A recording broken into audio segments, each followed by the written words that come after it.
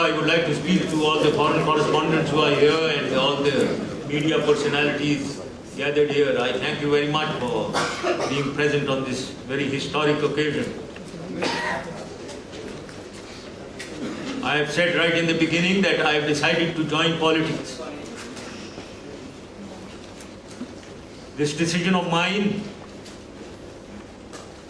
is based on a realization that today the political alternatives visible in Pakistan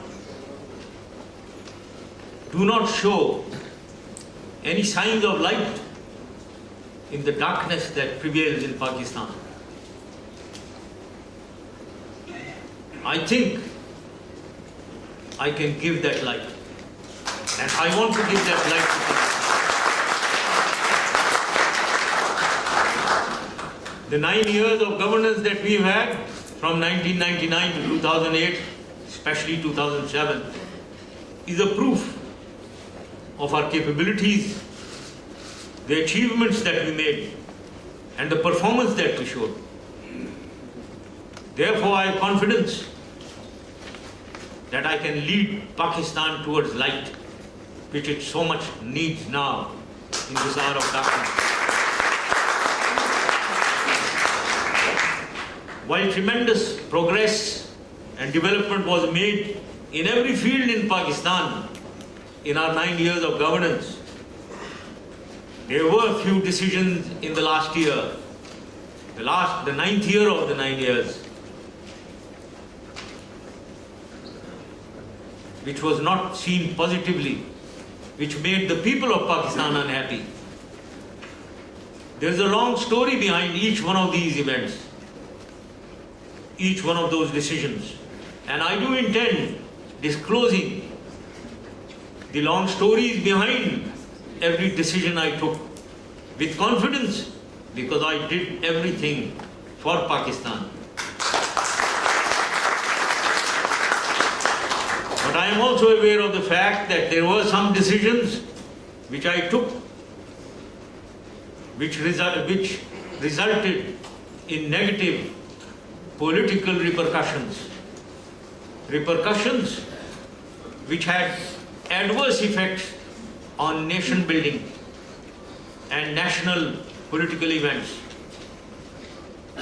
And my popularity also, may I say, plummeted in that last year. I take this opportunity to sincerely apologize to the whole nation for those wrong decisions.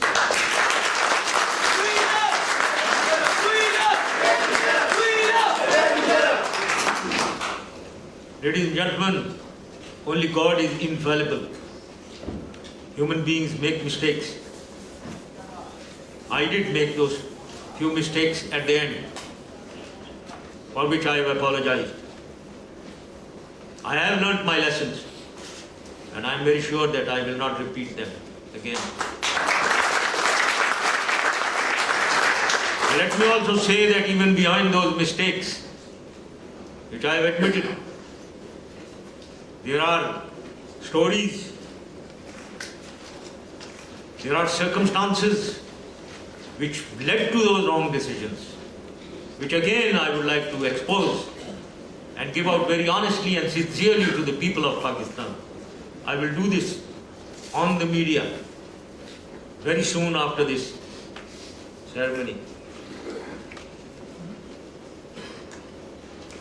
Coming to the issue at hand now, ladies and gentlemen, this is not merely a manifesto, a hypocritical manifesto just to be written and not to be followed. I am calling this a covenant between me and God, and between me and the people of Pakistan.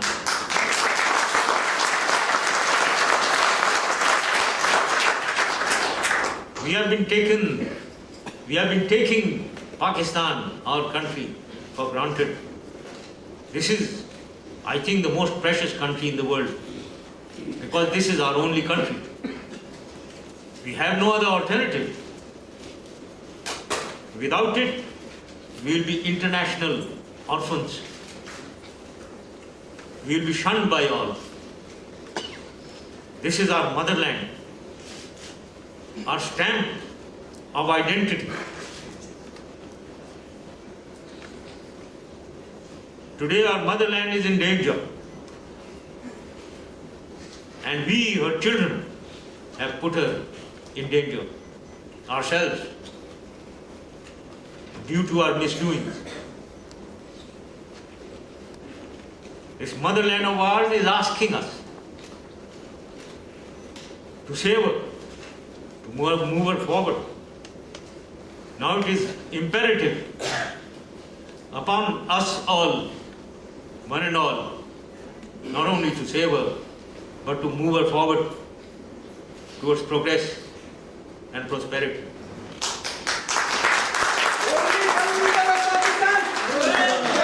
Only one leader of Pakistan!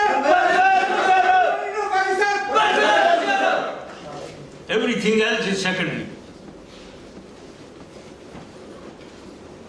My brothers and sisters, time to stand up and be counted has come. Time to cleanse this motherland with our sweat and blood has come.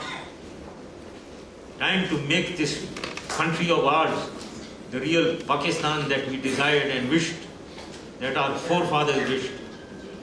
The time has come to convert it into that Pakistan. People strive to make states because they feel free and independent and confident in those states. They feel that they will be economically better. They will be culturally and politically better off. It is this feeling which provides them the happiness, the unity, and develops the stake for the state in their hearts and minds. It is this feeling that motivates them to live for the country, fight for the country, and die for the country.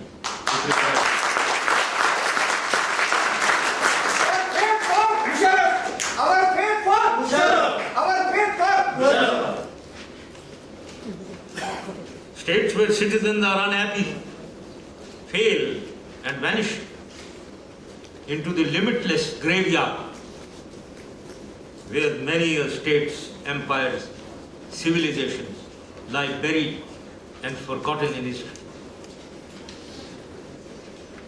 Citizens feel unhappy when the state fails to provide them economic well-being and deprives them of the rights that they make the state for. Then the state becomes a failed state and it vanishes.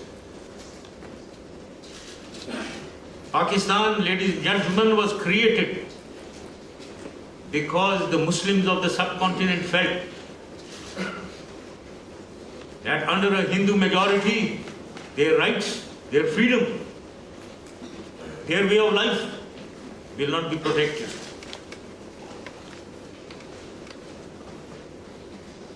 We have achieved our state of Pakistan by the grace of Allah and by the struggle of our forefathers, the Quaid-e-Azam, Allama Iqbal. But having achieved our state, if we glance back and look at the masses, the people at the grassroots level, the teeming masses of Pakistan,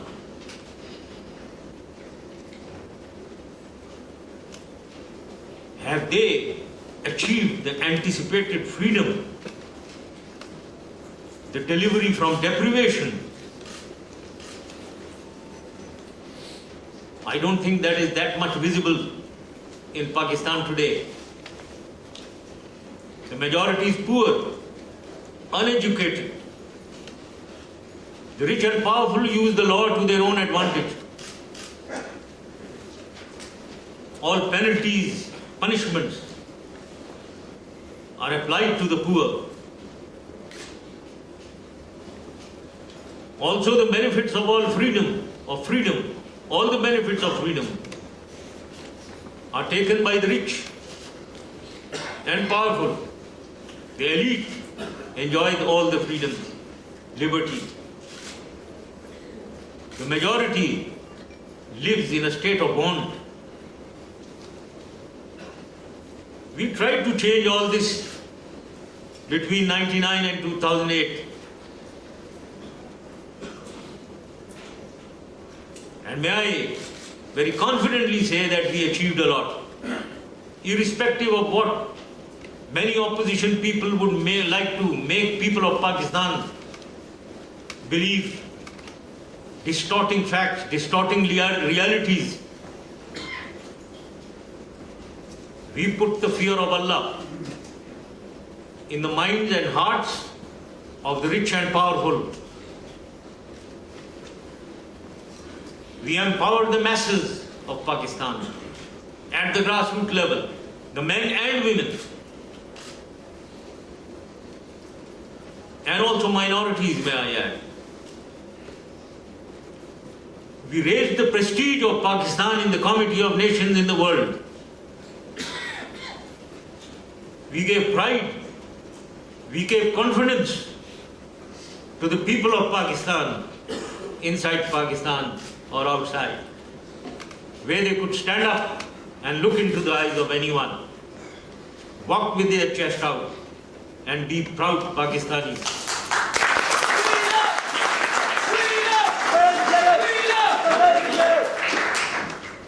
We enhanced manifold their economic well-being.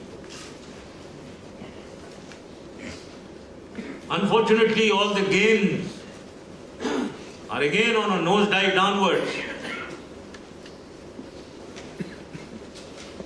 Majority is trying to survive,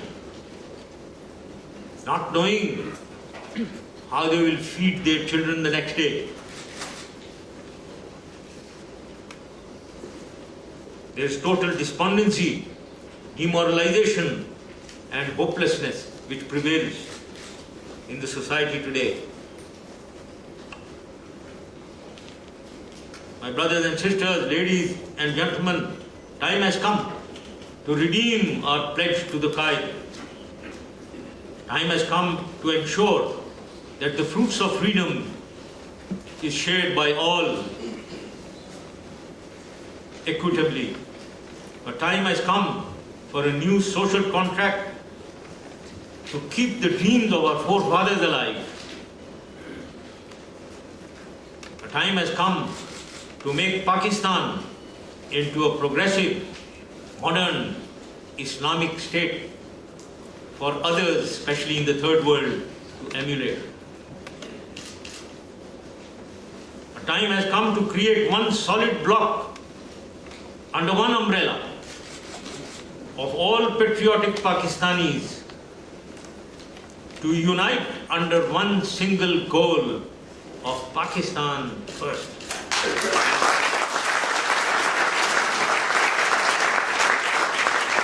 Such a unifying dynamic force is possible only if we rekindle the unifying spirit of All India Muslim League, which drew great personalities like Allama Iqbal and Quaid-e-Azam into its fold.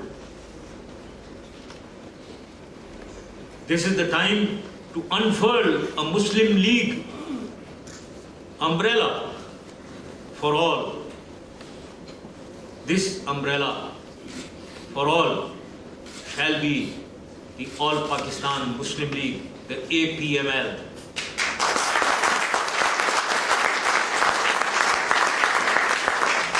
This will be a party of national salvation. The Quaid-e-Azam created Pakistan with the same All Pakistan Muslim League. We will recreate the same Qaid's Pakistan with his vision with the same party, All Pakistan Muslim League.